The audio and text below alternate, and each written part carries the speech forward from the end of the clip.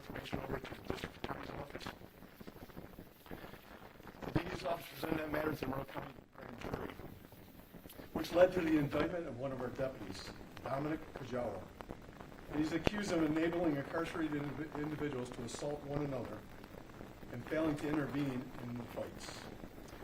Kajawa was arraigned today at Monroe County Court and charged with assault in the second degree, a Class D felony, and official misconduct, and a misdemeanor. I am moving forward with termination of Deputy Kajawa.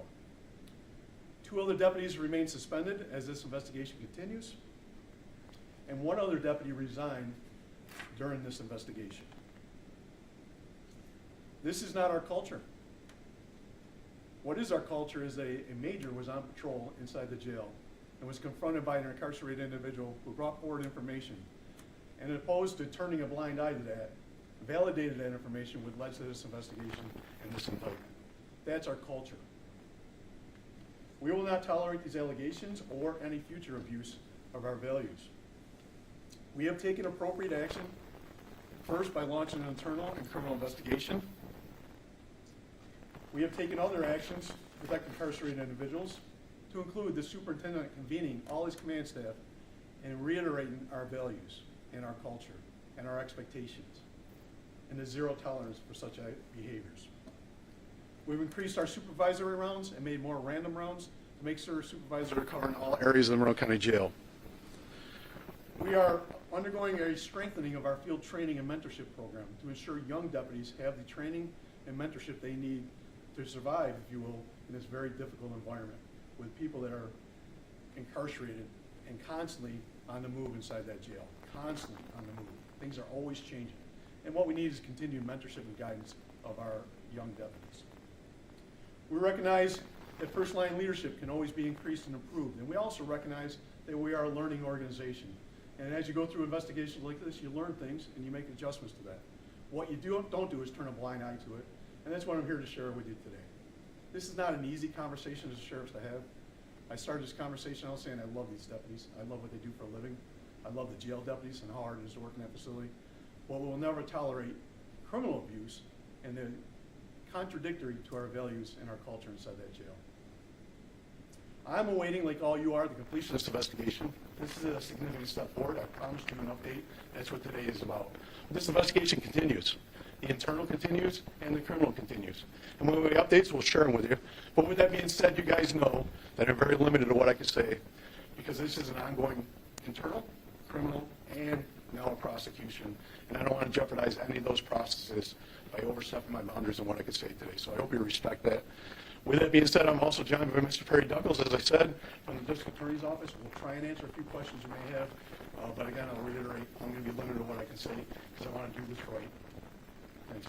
Sheriff, one of your deputies has been criminally charged. The other 2 you mentioned are still under investigation. Is that criminally?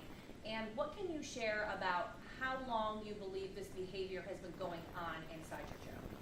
So the investigation continues both from an internal and criminal standpoint, and if we have evidence that leads us to criminal charges, we'll always present those to the district attorney's office. As far as how long this has been going on, that's a great question, Jen. My fear is systemic issues. So I asked my staff to go back and look at 5 years, look at all fight calls, evaluate each fight call, make sure there's no systemic issues. But I don't believe that's occurring based on the preliminary reports I have from my staff. This is more recent activity that seems to be locked down to the entire time frame. We are looking at systemic issues. That's due diligence. We should do those things. So we're looking back a whole 5 years to look at all fights. When I say fights, you gotta realize there's over 500 fights inside that jail a year. These are difficult environments. These are difficult people we're working with, incarcerated individuals. There's a lot of interaction that occurs inside that jail. People have no idea how dynamic it is there. So, even with that being said, still go back, do your due diligence, dig into those, and see if there's any besides what we're seeing in front of us right now. Do you worry, were all of these deputies who are under investigation working in the same unit, on the same shift, with the same inmates? Yeah, looking at all those systemic, or not systemic, we're looking at all those issues that might show some commonality. Right now, we're not showing any consistent pattern between that. We are looking at it. I mean, that's just due diligence. We'll dig into everything. No stone left unturned. If there's a systemic issue, I'll find it. I'll deal with it. But right now, we're not showing that. A question maybe Perry wants to take. What crosses the line from an internal investigation where you fire someone who you think is misbehaving versus a criminal charge? Well, I mean, obviously, whenever you have conduct that rises to the level of the elements of a crime, we're going to look at it. The sheriff and his investigators brought that to us so that we could look at it. I think what people don't understand is that when things occur in the jail, just like when deputies are the subject of an investigation, we have to have the evidence that we can put forward in a meaningful way, either before a grand jury or before a court of law. You can imagine that some of our witnesses for these types of things may not be wanting to cooperate, willing to cooperate, able to cooperate. So obviously that was the conversation we had with the sheriff and his team over several months, trying to figure out what we could present, what was appropriate to present. And I think myself and Mr. Harrigan, along with the sheriff and his investigators, at least for this phase, got it down to what we believe was able to be presented in a clear and concise manner. Sheriff, I guess there's probably a lot of families watching wondering whether their loved one inside your jail was ever subject to interactions with the deputy in question or the others under investigation. What would your message be to people who are worried about the safety of their loved ones in your jail? Yeah, absolutely, and that's a real concern. I mean, if someone, people in the jail can be vulnerable, right? And if your loved one's in there and you have that concern, it's a simple call to the Monroe County Sheriff's Office. A boss will call you back. There's a number that all incarcerated individuals have. There's people that call that number all the time. We'll answer questions. We'll check on your loved one for you. Yeah, we take that very seriously. Listen, at the end of the day, people are placed in care and custody. Those are two terms on the order securing someone inside Monroe County Jail, care and custody. And we take that very seriously. I take that personally, my care and custody. So when someone gets assaulted inside my jail and it could be prevented, I take that seriously. And that's the message to the loved ones out there is sometimes people do silly things. Sometimes people do things that might be even raise the level of criminality. We'll deal with it, but we don't even accept that as our culture. This is not the way it's supposed to happen, and we'll adjust it every time we see it. And that's all I can promise people. I can't stop everything from occurring in the future, but what I can do is say we'll react to it and we'll make sure it won't grow legs. And just out of curiosity, obviously I know that these 3 deputies have been suspended, during this investigation. I guess kind of gauging what the climate has been like inside the prison since they've been suspended. I mean, what have, the fights look like, have there been any, just kind of gauge of that? Are there other deputies that could also potentially be engaging in this kind of misconduct? Yeah, that's exactly what we're looking at. I mean, that's what you guys have been patient with us, and I appreciate that.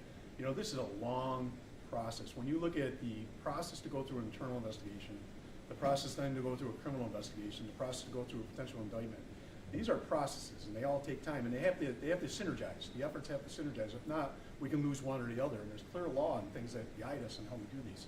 But with that, we can also be digging the whole time and making sure we're doing our due diligence, making sure we're eliminating consistent patterns, problems with supervision, problems with deputies. If there's any, we'll adjust fire to it. We'll take care of matters. So we're looking at all those things as we speak right now. I mean, that's still unfolding. This is part of the process. The indictment is part of the process. So I hope you respect what I'm saying, that the process is still there and it's still playing out in front of us. So I'm going to be very cautious what I'm saying, because I want that process to play out perfectly. And that's hard to do. There's a lot of moving parts. Sheriff, I know there might be a lot of limited details on this right now, but just for people who might be curious, you say enabling incarcerated individuals to fight. What exactly does that look like, if you're able to say? Yeah, I'm very limited, and maybe I can turn it over to Mr. Perry Duckles. If people are placed in our care and custody, if you have information that a fight's about to occur, your duty is to intervene. You're a deputy. You're responsible for the safety and security. So allowing a fight to occur would be an example. That would be contrary to our values, but also contrary to the mission statement of a jail deputy, right? Or turning a blind eye to it. And I'm going to be very limited in what I can say for obvious reasons. We want to prosecute this case, but the fact is that that's what could mean enabling, right? That we're allowing these things to happen. We're setting up the environment for it. We're ignoring things that could have been done. It's contrary to our training, contrary to our expectations, and will not be tolerated. And we'll let the process play out to show that. And the fact is that we're here in the podium, again, giving you a second update on an ongoing investigation. We won't tolerate this. It's legally, we If haven't seen could, the indictment yet. I just want to be clear, and I don't mean to cut you off. Yeah. Just to, you know, what the sheriff was saying, none of these allegations allege that the deputy themselves injured another inmate. And I think that's an important clarification for both the sheriff and us. They are charged as, under Section 20 in the indictment, as accomplices. But I do think it's important to make that distinction that these allegations of deputies actually physically harming inmates themselves. Did they allow the behavior to happen, or did they encourage it to happen? Well, that's what the investigation is going towards. And you know, you know, the term Section 20 or accessorial liability encompasses a lot of that. You know, somebody can be an accessory to a crime by enabling, importuning, whatever that may mean, encouraging, things of that nature. So that is how they are charged, as accessories to these crimes. Have either of you seen anything like this before? No, I don't believe I have, no. I have, I mean, Sheriff, you increased the number of cameras, or is there a plan to increase the number of cameras to capture this, to give sort of a sense of safety to the people who both work and are incarcerated behind jail? Because you don't wear body cams, right? Or can you explain what your current protocol is as far as catching sort of these kind of interactions? Yeah, again, I'll answer your question in a second, but I just want to reiterate, this is contrary to our values, right? This is contrary to New York State law. And the cameras will be great, and we should get cameras, and we should have more cameras, but this is contrary to a lot of other things, and the cameras will only be another tool to collect evidence, or another tool. What we want to reemphasize is this is not us. This is not what we stand for. This is not what we do for a living. This is not our charge from the community. As far as cameras, there's cameras all over Monroe County Jail. As I said earlier, we interviewed incarcerated individuals, and we interviewed deputies, and we watched hours and hours of video to substantiate these charges, right? So they're there capturing something. As far as body-worn cameras, we've had body-worn cameras on a limited basis inside the jail for a couple of years, mostly on the corporals and above, that wore them into environments that maybe an incarcerated individual might refuse to comply. And we're using that tool.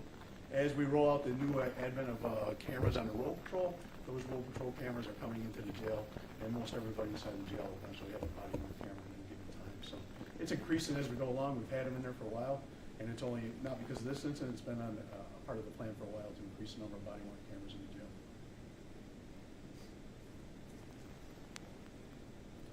Thank you, guys. Appreciate it.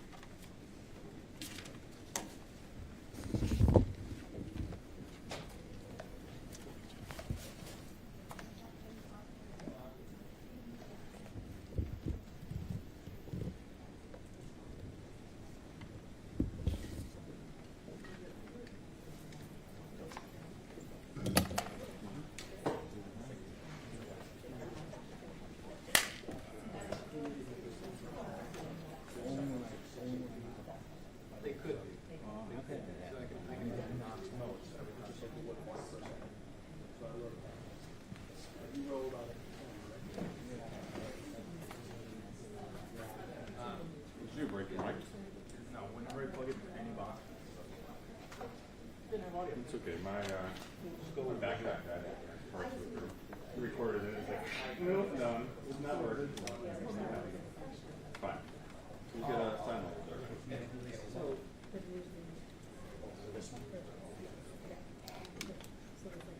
Yeah, that'll work perfect. No, thank you.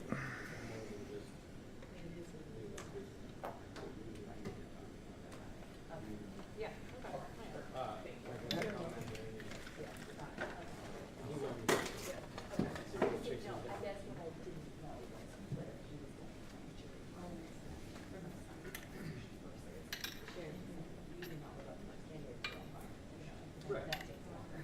Yes.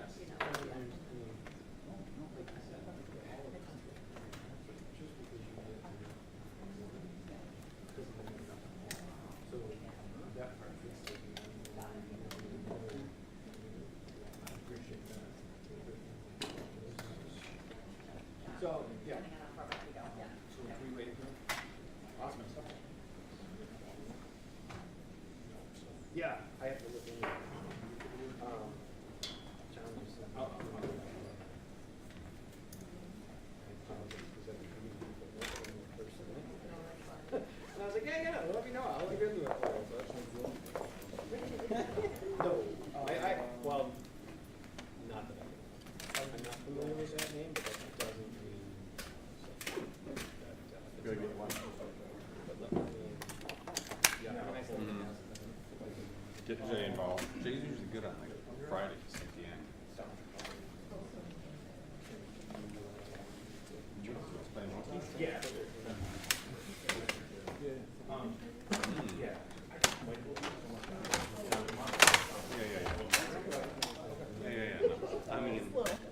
always find some time, even if it's walking down to the corner and getting coffee at the place down in Cornhill.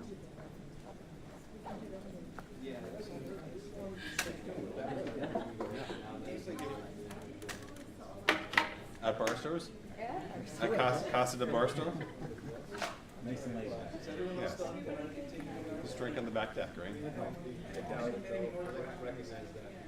Not the kids? Hey, great audio, great. Appreciate it.